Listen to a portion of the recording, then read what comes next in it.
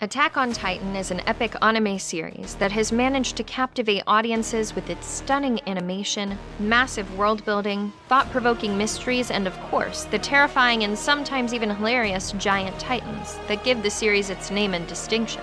Attack on Titan has become a staple series among fans of anime and manga, with its compelling plot twists and arcs, but most especially because of its complex characters. In a world where tragedy could strike at any moment, and where people fall like flies left and right, it's the characters who compel the story forward, and who really make this show worth watching. Among some of the most complex characters this series has to offer is none other than its protagonist, Eren Jaeger. Perhaps more than any other character in the entire series, Eren goes through the most turbulent growth as the story goes on. Faced with the cruelty of the Titans early on, Eren constantly battles adversity from many different places, whether from the Titans or the humans who get in his way, but never stops fighting till he gets his revenge. Eren is a tragic hero, one who has to face many losses and difficulties before finally achieving victory. But with the series' latest reveal, we are confronted with an uncomfortable revelation that some may find a hard pill to swallow. Is Eren actually the villain not only to the world around him, but to his own story as well? Is Eren's quest for revenge justified, or has it been nothing but a futile path this whole time? A cover-up or a ruse for something much greater and far more harmful? Today we examine Eren Jaeger's complex character, his motivations, his drive, his thirst for revenge, in order to find the answer to the question: is Eren Jaeger the true villain of Attack on Titan? Before we dive in, be warned that there will be spoilers for the latest seasons and episodes of Attack on Titan, so go catch up before joining on this journey with us. And now, let's dive in. Welcome to Cosplay-FTW, your #1 source for the latest lowdown on anime and manga news, updates, and analyses. Sit back, relax, and before we get into the videos, don't forget to hit that subscribe button and ring that notification bell, and let's get into it. At the start, Eren is your typical tragic shonen protagonist. He is forced to watch his mother get eaten by a titan while his hometown is destroyed, overrun, and eventually abandoned, with he himself being powerless to stop it. This event fills him with so much despair and anger that he vows revenge against the Titans, and declares that he won't stop until every last one of them is dead. It's what drives him to join the Survey Corps as a cadet, along with his friends Mikasa and Armin, and what fills him with passion and determination to reclaim his hometown and find the secrets that his father hid in their home's basement. Eren's anger and hatred towards the Titans is certainly justified, and it proves to be a powerful motivation that always drives Eren to do better, no matter how many times he fails. However, revenge is sometimes a double-edged sword. While Eren's thirst serves as his greatest motivator, it is also so single-minded that oftentimes Eren is unable to see anything else. He can be so blinded by it that it compromises the Corps' best-laid plans, and even the safety of his friends and comrades. Eren is so characterized by his passion that it comprises much of his personality. He is fiercely loyal to his friends and would even sacrifice himself for their sake, such as when he saves Armin from being eaten by a Titan at the cost of being eaten himself. Even when he himself transforms into a Titan, the very thing he hates. He isn't averse to using the ability to their advantage, as long as it helps him to kill as many Titans as he can. He stands by his beliefs and is unwavering in his mission, never seeming to question it or stray far from it. And for the most part, aside from the obvious recklessness, Eren has the makings of your typical shonen hero. However, despite his overwhelming and single-minded determination, Eren makes little to no progress on his quest for most of the early part of the series. Sure, he gains the power of the Titans and transforms into a Titan himself, but other than plugging up the hole in Wall Rose during the Trost invasion, Eren is no closer to his goal of becoming strong enough to beat all the Titans, and avenge his mother and all who died when Wall Maria fell. For the most part, Eren remains a one-dimensional character who doesn't actually grow beyond gaining a few abilities to help him here and there. But this all changes and comes to a head when he is kidnapped by Rod Reiss, and revealed that he holds the power of the Founding Titan, which he acquired by devouring his own father. Krista, revealed to be Historia Reiss, a member of the real royal family, is ordered to transform into a Titan so she can eat Eren and in that way gain the power of the Founding Titan and reclaim her birthright. Here we see Eren waver in his convictions, in what may be the first time, as he realizes that the power he possesses has never been his, but was rather stolen from its rightful owners by his father, and furthermore, cannot be wielded to its full potential by him. Rather than the fury that we are used to seeing, there is an almost uncharacteristic sadness and regret that gives us a deeper glimpse into Eren's character, and tells us that although his rage can be blinding sometimes, Eren is also aware of his own flaws and shortcomings, and often blames himself for things beyond his control, such as when he blames himself for the death of the former Levi squad, and the demise of plenty of his comrades. The single-minded rage that has made Eren who he is disappears, and he realizes that he has made no progress, even though it appears as if he has. His strength up until then has been borrowed from his allies, from the Titans, and from his father, and has never been his. This event marks Eren's gradual downward spiral, as if the entire series hadn't broken him enough already.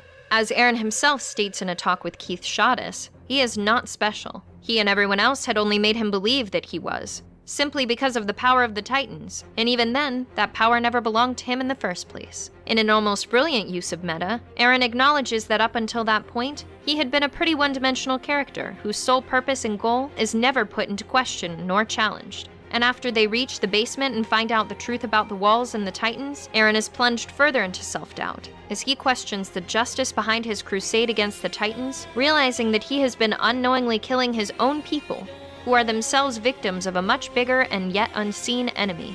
Eren becomes disillusioned with the mission that was thrust upon him by his father, and from that point, no longer burns with the same fiery passion that he had before. After retaking Wall Maria, Eren no longer jumps at the chance to kill a Titan when their group encounters one outside of the walls, and he doesn't react with the same joy and wonderment that everyone else does when they see the ocean for the first time. Eren only sees beyond the ocean towards where a new enemy lies in wait for them. Yet a trace of Eren's determination and passion remains. It's only redirected from the Titans to the Marleyans. And although he's grown disillusioned with the world, Eren still intends to enact justice where justice is due, and ultimately avenge his mother's death. As he tells Reiner when he infiltrates Marley, he has no choice but to move forward. However, his rage proves to be as blinding as before, as he has no qualms about killing real humans and innocent civilians in his battle for the Warhammer Titan, believing himself to be on the right side of justice for what the Marleyans did to the Eldians. Eren's sudden turn towards mercilessness certainly could come as a surprise, but it's not unfounded. We keep seeing that same mercilessness when Eren fights and kills Titans, that same drive and anger, only this time it's no longer the Titans it's directed towards, but the Marleyans. But can it still be called justice when it's humans and not mindless Titans that Eren is fighting? Certainly, Eren's act seems villainous now that his adversaries turn out to be humans. But Eren doesn't see it that way. To him, he is simply moving forward and doing what he must.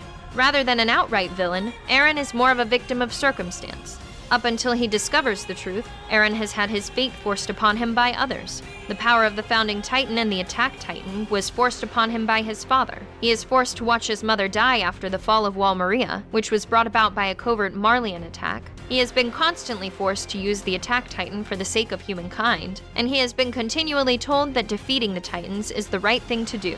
While Eren is certainly willing to do what he can if it's for the sake of humanity, after he learns the truth, Eren understandably feels like he's been lied to, like he's been used, and like he's been forced to carry this burden that wasn't even supposed to be his. Eren feels as if his drive and righteous fury was exploited to bring about the demise of his own people, the Eldians, and his crusade rendered almost meaningless. But at this point, Eren has gone too far into his quest to give up, and if there's one thing Eren Jaeger is known for, it's that he never gives up on something he's set out to do. Eren has grown discouraged by everything that has happened to him at that point. He's gone through hell and back and has come out of it broken and down, but his drive has not changed. Only its target has changed, from the Titans to those who oppress the Titans, even to the rest of the world. The only thing that hasn't changed, in the many changes that this series throws at him, is Eren's self-destructive path toward revenge. But whether or not this is a good or bad thing, we have yet to see. Certainly there will be irreversible consequences to Eren's actions, and while he himself believes that he is justified, the rest of the world may not see things the same way he does. Is Eren justified in his revenge, or is he simply continuing to be a blind instrument made to enact someone else's pain? Eren has shown himself to be capable of both heroic and villainous acts throughout the series, as a victim of circumstance and as a complex character with both light and darkness in him. But this begs the question, will this self-destructive path lead him down the road to true villainy? Or is there still a chance for him to turn from this road and be better than what everyone else has come to expect from him? Sound off with your thoughts in the comments below, and stay tuned for the next video. where we explore this topic further with the information we've gleaned from the latest manga developments in Attack on Titan. Thanks for watching, and we'll see you in the next one.